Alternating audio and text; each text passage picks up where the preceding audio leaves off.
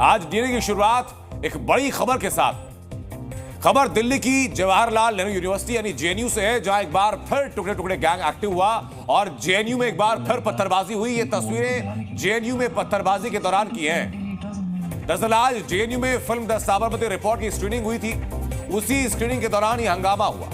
अखिल भारतीय विद्यार्थी परिषद ने जेएनयू में इस फिल्म की स्क्रीनिंग रखी थी और एबीवीपी का आरोप है कि लेफ्ट विंग के छात्रों ने इसी स्क्रीनिंग के दौरान पत्थरबाजी की। फिल्म के पोस्टर फाड़ दिए गए। पत्थरबाजी के बाद फिल्म की स्क्रीनिंग को रोकने की नौबत भी आ गई।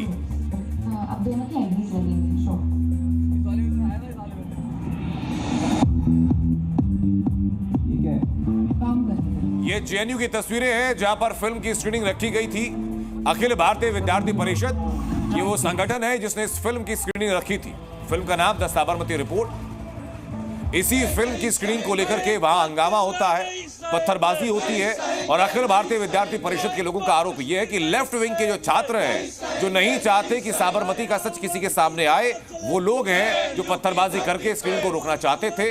पत्थरबाजी के बाद हालात इतने विकट वहां पर हुए कि स्क्रीनिंग को मजबूरन वहां पर रोकना पड़ा। लेकिन जी न्यूज की टीम वहीं पर पहुंची, ग्राउंड जीरो पर पहुंची और वहां पहुंच करके जायजा लिया।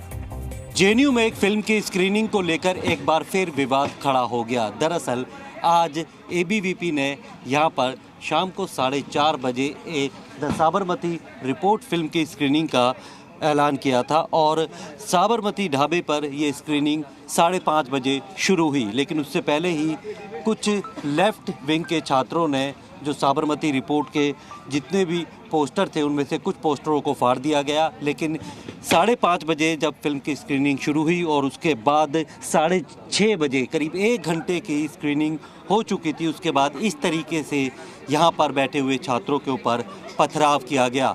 यहाँ पर बैठे हुए छात्र जो स्क्रीनिंग है उसे देख रहे थे और अचानक से पथराव हुआ, जिससे कि जो काफ़ी जो है यहाँ पर भगदड़ती मच गई है। आप ये देख सकते हैं इस तरीके के जो पत्थर हैं उनका इस्तेमाल किया गया था, क्योंकि जब ये पत्थर फेंके गए थे तो अंधेरा हो चुका था, इसलिए किसने ये पत्थर फेंके उसे नहीं देख पाए। ये रिपोर्ट आपने देखी रही। इस हंगामे के बाद जेएनयू का माहौल लगातार बिगड़ता जा रहा है। एबीवीपी के छात्र साबरमती रिपोर्ट की स्क्रीनिंग रुकवाने और पत्थरबाजी होने के खिलाफ प्रदर्शन कर रहे हैं। तो अब सवाल यह आता है कि द साबरमती रिपोर्ट के से एक वर्ग को डर क्यों है? आखिर साबरमती रिपोर्ट में गोधरा कांड का जो सच दिखाया गया, वो कौन सा वर्ग है जो सच से बेचैन हो रहा है? जेएनयू में जिस तरह से पथराव हुआ वह सिद्ध करता है कि आज भी जेएनयू में अफजल हम शर्मिंदा है, तेरे कातिल जिंदा है का नारा लगाने वाले सक्रिय हैं। साबरमती एक्सप्रेस में कोच में आग लगाने वाले लश्कर-ए-तोयबा के आतंकवादी थे। जो लश्कर-ए-तोयबा के समर्थक हैं वही साबरमती की स्क्रीनिंग का विरोध कर सकते हैं। साबरमती फिल्म के स्क्रीनिंग के दौरान पोस्टर भी फाड़े, पथराव भी किया। ये अजीब और गरीब हिपोक्रेसी है।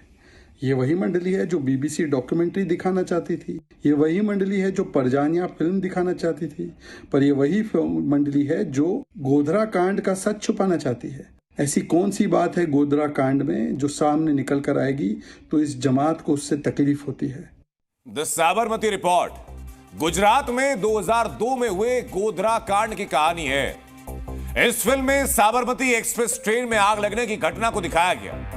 यह फिल्म एक पत्रकार की कहानी है जो इस घटना की सच्चाई को उजागर करता है, बिल्कुल वैसे ही जैसे जी न्यूज के पत्रकार राहुल सिन्हा ने 8 साल पहले गोधरा कांड का सच देश के सामने रखा था। आज आपको जी न्यूज की रियल साबरमती रिपोर्ट का एक ट्रेलर जरूर देखना चाहिए। 27 फरवरी 2002 को साबरमती एक्सप्रेस में जो दर्दनाक हादसा हुआ उसका साक्ष्य आज भी गोधरा के स्टेशन पर मौजूद है। जी हाँ, S6 बोगी, जहाँ 58 लोगों की मौत हुई थी। 13 साल पहले यहाँ पर जो हुआ, क्या हुआ था, कोर्ट क्या कहता है, कोर्ट के फैसले में क्या कहा गया है?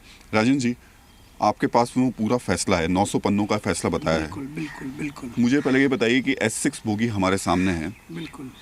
27 फरवरी 2002 को हुआ क्या था इस बोगी में? ये bogie one of the part of the Sabarmati train थी।